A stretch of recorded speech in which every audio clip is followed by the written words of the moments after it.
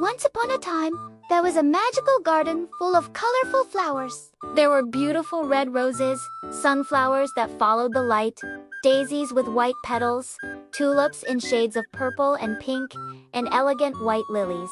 All the flowers in the garden were unique and lovely in their own way. One day, the flowers were having a picnic in the garden. They were eating delicious snacks and drinking sweet nectar. Suddenly, a little daisy said to her friend, the tulip, "Why are you always so sad?" The tulip replied, "Oh, I wish I had big, beautiful red petals like the rose. She looks so elegant and pretty." The daisy shook her head and said, "No, no, no, you're wrong. I think the sunflowers are the prettiest. Look how tall and strong they are. They can even turn their heads towards the sun." The rose heard this and felt a little upset. She turned to the lilies and asked, "Don't you think I'm the most beautiful flower in the garden? I'm big and red and everyone loves me, don't they?" The lilies smiled at the rose and said, "You're indeed a beautiful flower, but I believe the daisies are the prettiest. Look how cute and cheerful they look. And they smell so nice."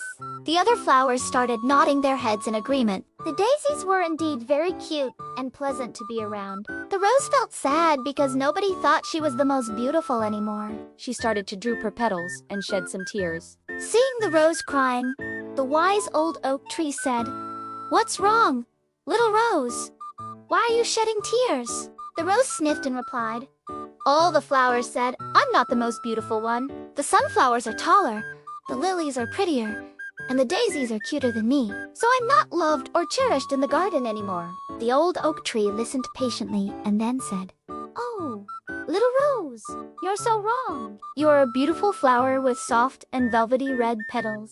You smell absolutely divine, and your thorns protect you when you feel like it.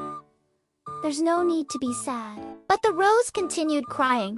Suddenly, a gentle raindrop fell on the rose's petals. She looked up and saw dark clouds covering the sun. Soon, heavy raindrops started falling from the sky. All the flowers started to cry. "Oh dear. What will we do now?" The rose cried even harder. "I'm all wet and my petals are wilting." Just then, another raindrop fell on the rose and said, "Don't cry, little rose. Being wet and wilting is what makes you even more beautiful. You become even softer and more fragrant. Don't you understand? You're perfect, just the way you are." The rose stopped crying and looked at the raindrop. "You're right," she said. "I'm being silly. There's no point in wishing to be someone else. I love being a rose." The other flowers also realized they shouldn't have argued about being the most beautiful. They were all different, and that's what made them friends. After the rain, the clouds moved away, and the sun peeked out from behind them. A bright rainbow appeared in the sky, and a gentle breeze started to blow through the garden. All the flowers started to sway and dance in the wind. The rose danced with the sunflowers. The lilies swayed with the daisies, and the tulips twirled with the pansies. They were all happy and laughed and played together.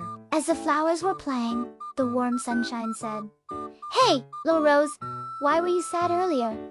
You're a wonderful flower." "Don't forget that!" The rose blushed and replied, "I was just talking to my friends about how beautiful they are. But now I know it's better to be myself. Thank you for showing me that, little raindrop and Mr. Sunshine." The raindrop and the sunshine smiled at each other. They were proud of the little rose for learning such a valuable lesson. Then the little raindrop said, "You see, little rose, and all you flowers? I water the garden and help you grow.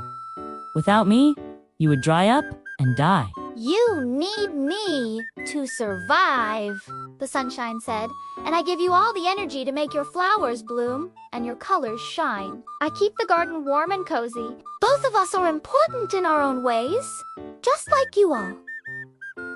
The flowers nodded their heads in understanding. They realized they were all special in their own way. The rose thanked the raindrop and the sunshine for helping her understand how unique and special she was. From that day on, the rose never wished to be another flower. She was happy being a rose. She learned that every flower in the garden was special in its own way. The roses were lovely and fragrant.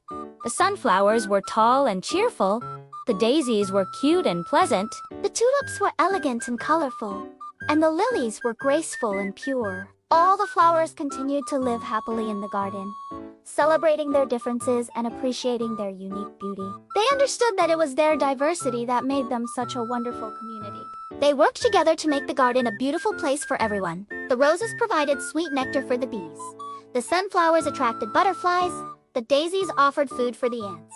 The tulips delighted the ladybugs, and the lilies welcomed the birds. Every morning, the flowers woke up and stretched out their petals towards the sunshine, welcoming a new day. They danced in the gentle breeze and sang songs to the birds. They were all happy and grateful to be part of the magical garden. As the years went by, the flowers continued to grow and flourish.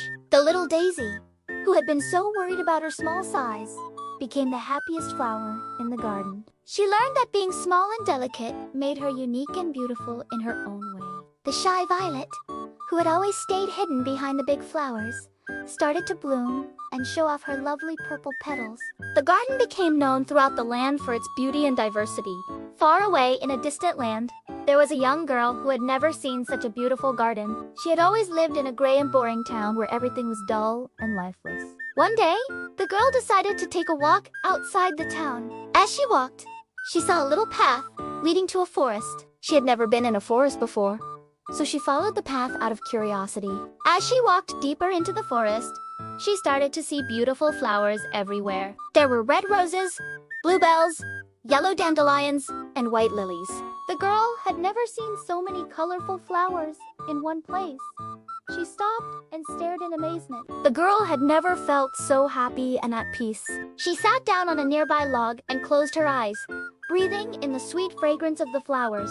When she opened her eyes, she saw a little daisy smiling at her. The girl had never felt so connected to nature before. She reached out and touched the daisy, and it felt soft and fluffy. The girl wanted to pick the daisy and take it home with her, but she knew that would hurt the flower. Instead, she stood up and promised herself to protect the forest and its flowers. The girl continued to explore the forest and soon came across a babbling brook. She dipped her hand in the water and felt how refreshing and cool it was. She took off her shoes and socks and walked in the shallow water. The girl felt free and happy. She had never felt so alive before. As the sun started to set, the girl knew she had to go home. She walked back to the edge of the forest and looked around one last time. She had never seen a more beautiful place. The girl walked back to town, but she couldn't stop thinking about the magical forest. She dreamed of the colorful flowers, the babbling brook, and the feeling of freedom she had felt there. From that day on, the girl visited the forest every chance she got. She made friends with the animals and learned about nature and its wonders. She even started to paint pictures of the flowers and the landscape. The girl had never felt so fulfilled and happy. She realized that nature was more than just trees and flowers. It was a living, breathing thing that was full of magic and wonder. And so, the tale of the little girl who discovered the magical garden spread throughout the land, reminding everyone of the importance of protecting nature and appreciating its beauty.